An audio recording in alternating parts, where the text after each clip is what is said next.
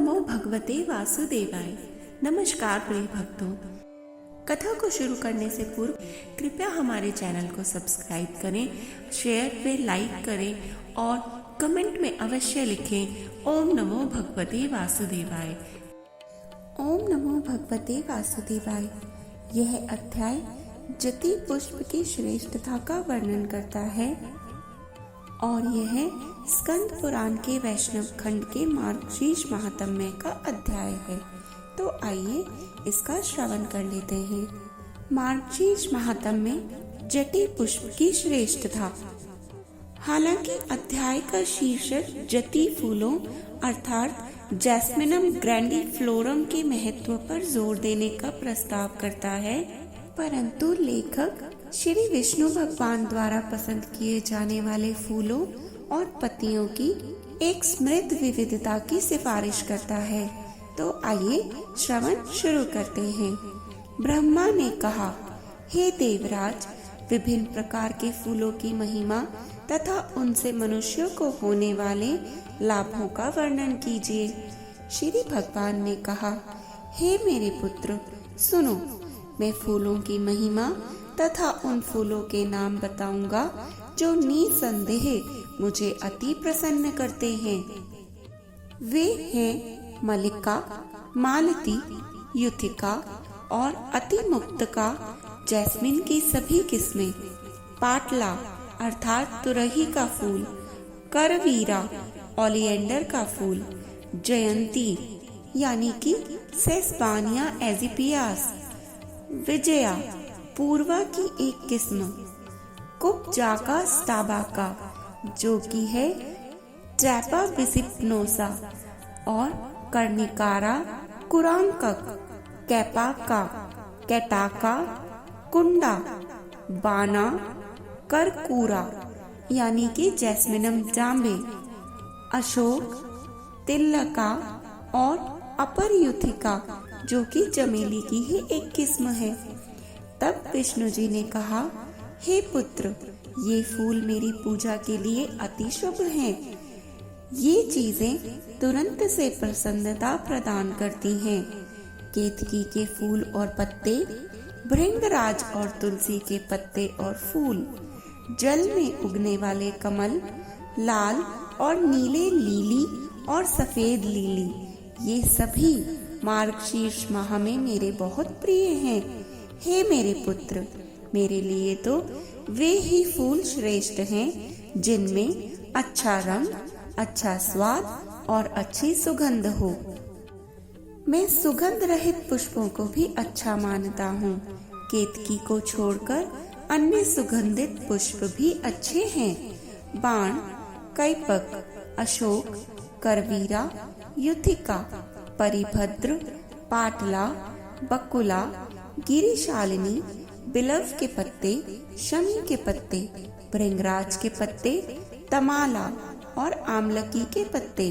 हे पुत्र, ये सभी मेरी पूजा के लिए उत्कृष्ट माने गए हैं।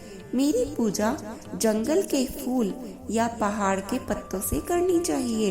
वे बासी नहीं होने चाहिए, अर्थात तोड़ने के बाद बहुत समय तक ना बीता हो।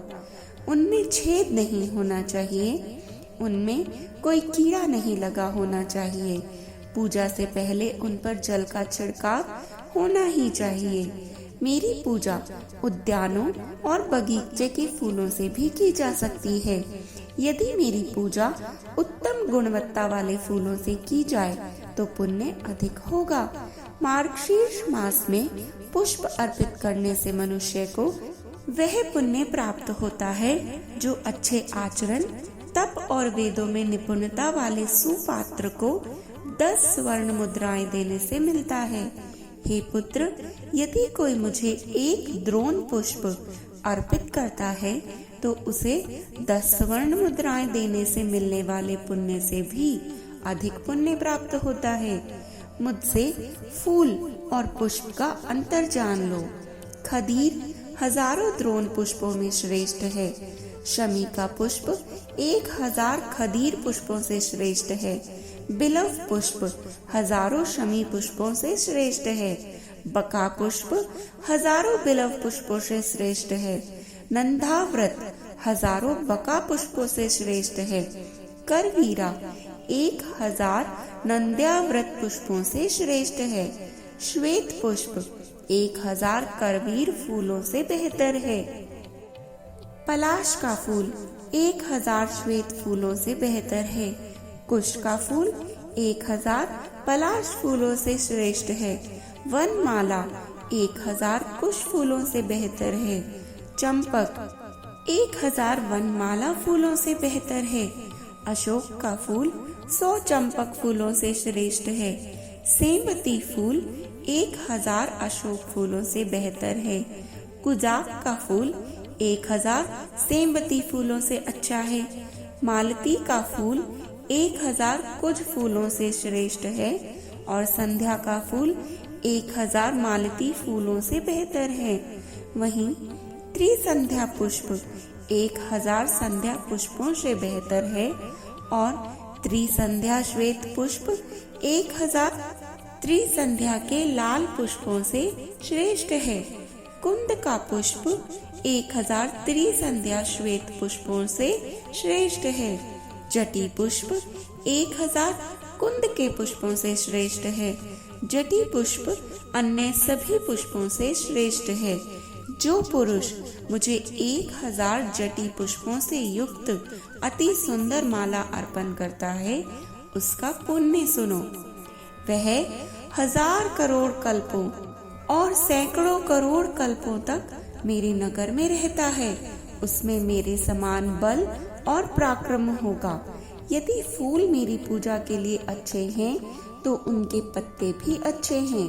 यदि वे उपलब्ध ना हो तो फल भी उपयोग में लाए जा सकते हैं। इन फूलों, पत्तों और फलों से मेरी पूजा करने से 10 स्वर्ण मुद्राएं मिलने का फल मिलता है। यदि लोग मार्गशीर्ष मास में इन फूलों से मेरी पूजा करते हैं तो मैं प्रसन्न होकर उनकी भक्ति प्रदान करता हूँ। इसमें कोई संदेह नहीं है।